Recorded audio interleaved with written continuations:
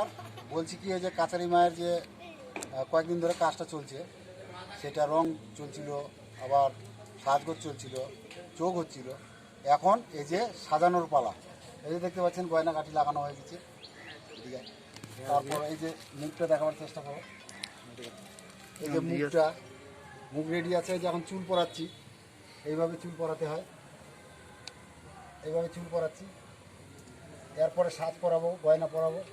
গয়না পরানো এবার হয়ে গেছে, সাজ পরাবো।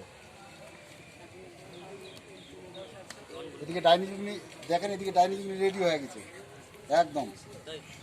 এটা কেউ কিচিনি, এটা ক্যাচানা বলে, কেউ ডানি, কেউ জুগুনি বলে। হ্যাঁ, এদিকে শিব আছে।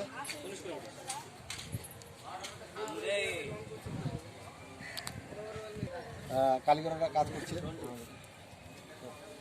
হ্যাঁ, এটা হেল্পার হয়, এই যে এটা হেল্পার। এই আমাদের কাজ করলো আজকে আমাদের শেষ দিন।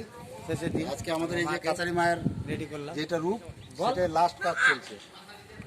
এটাই লাস্ট, এটা হলেই হয়। তাহলে আমরা আজকে ছুটি। আজকে রাত্রে পূজা, রাত্রে বিসর্জন।